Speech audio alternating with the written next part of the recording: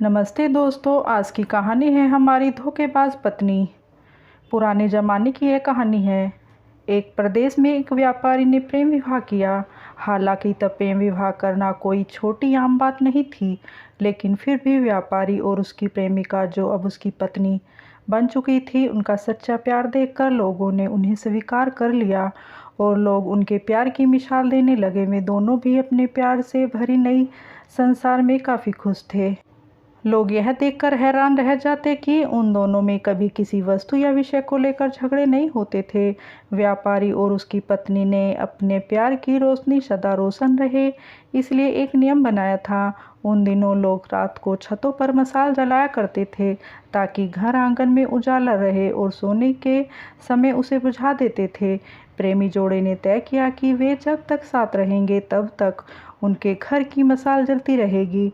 अब रात होते ही पूरे प्रदेश में अंधेरा हो जाता, लेकिन एकमात्र इस व्यापारी का घर ही रोशनी से जगमगाता।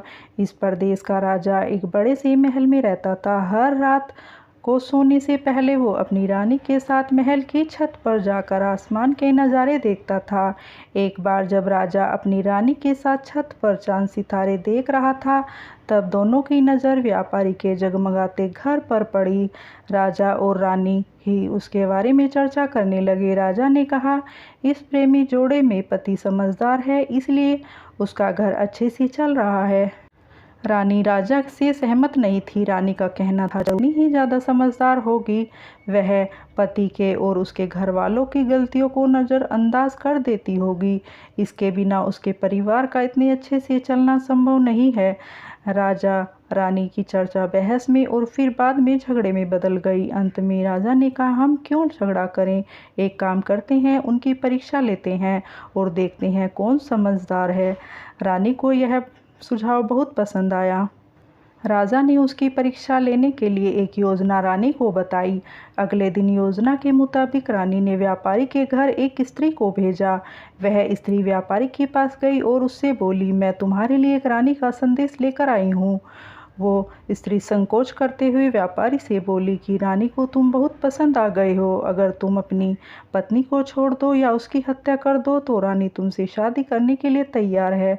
महिला की बात सुनकर व्यापारी को गुस्सा आ गया, लेकिन उसने अपने गुस्से पर काबू रखते हुए उस महिला से कहा कि ऐसी 1000 रानियां भी आ जाएंगी, तब भी मैं अपनी पत्नी को धोखा देने वाला नहीं। तुम मेरी तरफ से रानी से माफ़ी मांग लेना और कहना ऐसा प्रस्ताव दोबारा ना भेजे।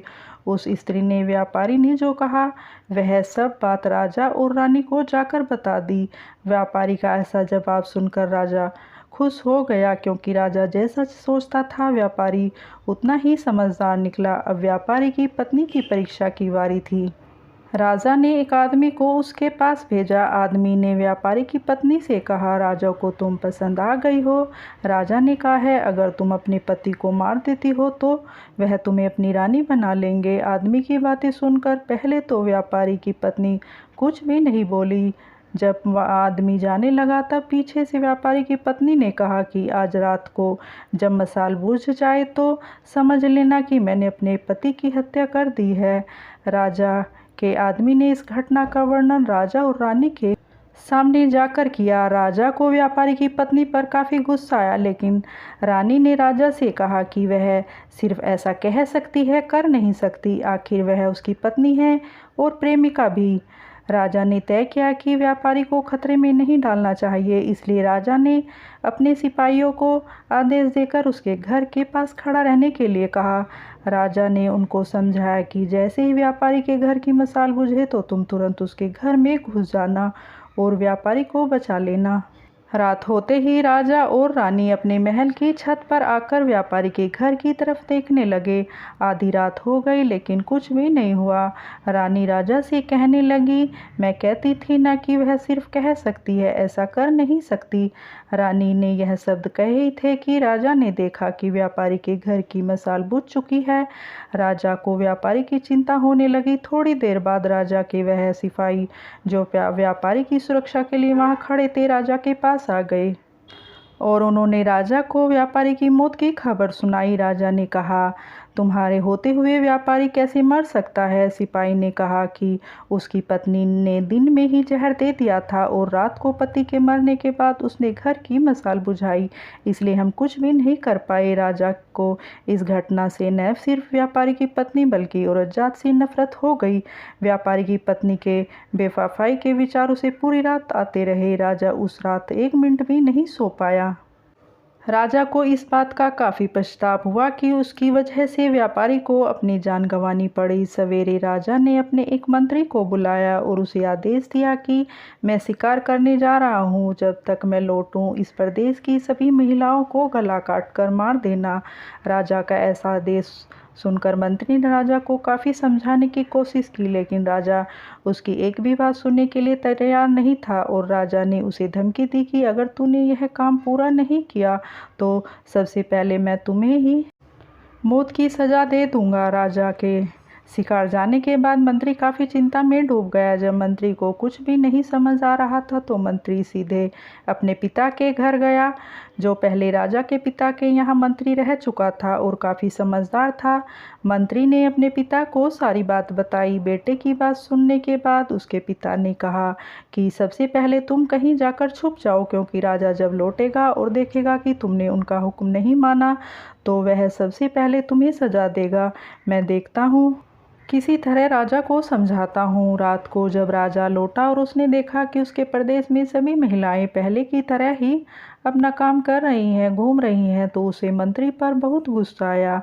हर जगह तलाश करने के बाद जब मंत्री नहीं मिला तो राजा सीधे मंत्री के पिता के घर जा पहुंचा। राजा ने मंत्री के पिता से मंत्री के बारे में पूछा। मंत्री के पिता ने राजा को शांत करने के लिए पानी दिया और बैठने के लिए कहा और बाद में राजा से पूछा कि आप क्यों सभी महिलाओं को मारना चाहते हैं। राजा ने व्यापारी वाली पूरी कहानी मंत्री के पिता को बताई। मंत्री के पिता ने राजा से कहा कि आपने जो फैसला किया है मैं उसे सही या गलत नहीं बता रहा हूँ, लेकिन मैं जो एक छोटी सी कहानी जब मैं मंत्री था तब मेरे साथ घटित हुई थी वह मैं आपको सुनाता हूँ। उसे सुनने के बाद आप जो भी फैसला करेंगे वह हम सब मान लेंगे। मंत्री के पिता ने कहा, एक दिन मैं जंगल से गुजर रहा था। अचानक एक नकाबपोश घोड़े पर सवार होकर आया और मुझे बंदी बनाकर घसीटते हुए कब्रिस्तान लेकर गया। वह मुझे एक कब्र के पास लेकर आया। वहां पर पहले से ही एक कब्र खुदी हुई थी और एक सरकटा आदमी उस कब्र में था। उस नकाबपोश ने मुझे उस कब्र में मिट्टी डालने के लिए कहा। जब मैंने कब्र को पूरी तरह से मिट्टी से ढक दिया तब उसने मुझे बाजू में एक और कब्र खोदने के लिए कहा। मुझे लगा यह दूसरी कब्र मेरे लिए खोदी जा रही है। कब्र पूरी होने के बाद नकाबपोश ने अपने चेहरे से नकाब हटाया तो मैं देखकर चौंक गया, क्योंकि वह एक बहुत ही सुंदर महिला थी। उसने मुझे कहा कि तुम डरो मत, यह कब्र तुम्हारे लिए नहीं है बल्कि यह कब्र मेरे खुद के लिए है। अभी अभी जो तुमने इस सरकटे आदमी को दफन किया है वह एक राजकुमार है जिसने मुझे पाने के लिए मेरे पति की हत्या कर दी और मैंने बदला लेने के लिए उसे मार दिया। मैं अपने पति से बहुत ज़्यादा प्यार करती हूँ, इसलिए मैं इस जन्म में जिंदा नहीं रहना चाहती और उसके कब्र के बाजू में मर कर दफन होना चाहती हूँ ताकि अगले जन्म में फिर से उनसे मिल सकूं। इतना कहकर उस महिला ने अपनी गर्दन पर चाकू रखकर गर्दन काट ली और उस कब्र में गिर पड़ी। मेरे पास कोई और उपाय नहीं था, क्योंकि मुझे पता चल चुका था कि वह सिर्फ मुझे अपने आप को कब्र में दफनाने के लिए यहाँ लेकर आई थी। मैंने उसे दफन किया और अपने घर वापस लौट आया। महाराज, आपने जिस घटना को देखा उसमें एक महिला ने धोखेबाजी की है, लेकिन मैंने जो ये कहानी सुनाई है, मैंने जिस घटना को अनुभव किया उसमें एक महिला ने अपने पति के प्यार में जान दे दी। अब आप ही बताइए महाराज, अगर एक महिला बेवफा निकली तो क्या सभी महिलाएं बेवफा होंगी? एक महिला के किए की सजा सभी महिलाओं को देना क्या उचित होगा? राजा को बूढ़े मंत्री की बात अच्छी तरह से समझ आ गई और उसने सभी महिलाओं को मारने की का ख्याल अपने मन से निकाल दिया और सभी खुशी खुशी रहने लगे। दोस्तों, अगर कहानी अच्छी लगी है तो लाइक करना और हमारे चैनल को सब्सक्राइब करना। धन्यवाद।